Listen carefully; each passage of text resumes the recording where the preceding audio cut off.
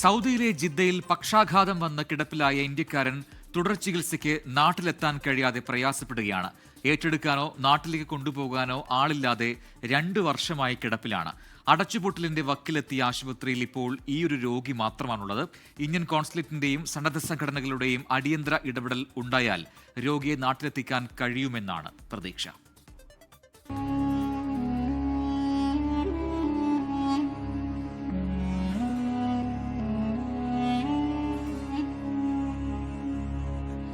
ബീഹാർ സ്വദേശിയായ വീരേന്ദ്ര ഭഗത് പ്രസാദ് ഈ കിടപ്പ് തുടങ്ങിയിട്ട് 2 വർഷം പിന്നിട്ടു.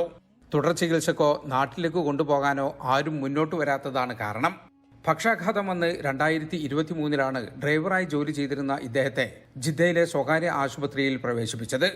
ജോലി ചെയ്തിരുന്ന കമ്പനി ഇദ്ദേഹത്തെ നാട്ടിലയക്കാൻ അന്ന് മുന്നോട്ട് വന്നിരുന്നെങ്കിലും ഇൻഷുറൻസ് കമ്പനിയുമായുള്ള തർക്കം കാരണം അത് നടന്നില്ല. എന്നാൽ ഇപ്പോൾ ഇൻഷുറൻസിന്റെ കാലാവധി തീർന്നു. അടച്ചുപൂട്ടലിന്റെ വക്കിലെത്തിയ ആശുപത്രിയിലാകട്ടെ ഇപ്പോഴുള്ളത് ഈ ഒരു രോഗി മാത്രം.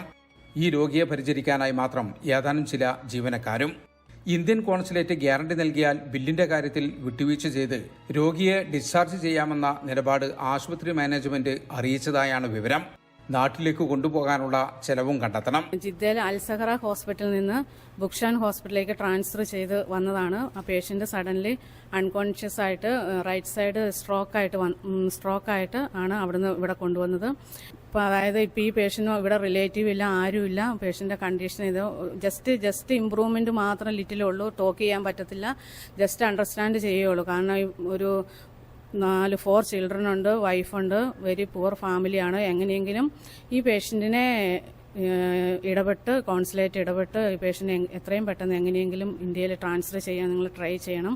കാരണം ഈ പേഷ്യന് വേണ്ടിയിട്ടാണ് ഞങ്ങൾ ഇത്രയും നാളിവിടെ വർക്ക് ചെയ്തത്.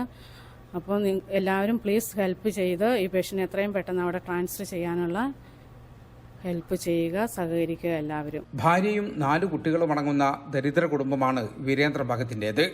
എത്രയും പെട്ടെന്ന് നാട്ടിലെത്തിക്കാൻ സഹായിക്കണമെന്ന് കുടുംബം ഇന്ത്യൻ കോൺസുലേറ്റിനോട് ആവശ്യപ്പെട്ടു. സഹായിക്കാൻ കോൺസുലേറ്റും സന്നദ്ധ സംഘടനകളും സുമനസ്സുകളും മുന്നോട്ട് വരുമെന്ന പ്രതീക്ഷയിലാണ് കുടുംബം. ഈ ഒരു രോഗിക്ക് വേണ്ടി മാത്രമാണ് ഇപ്പോൾ ഈ ആശുപത്രി പ്രവർത്തിക്കുന്നത്. പരമാവധി നേരത്തെ രോഗിയെ നാട്ടിലെത്തിക്കണം.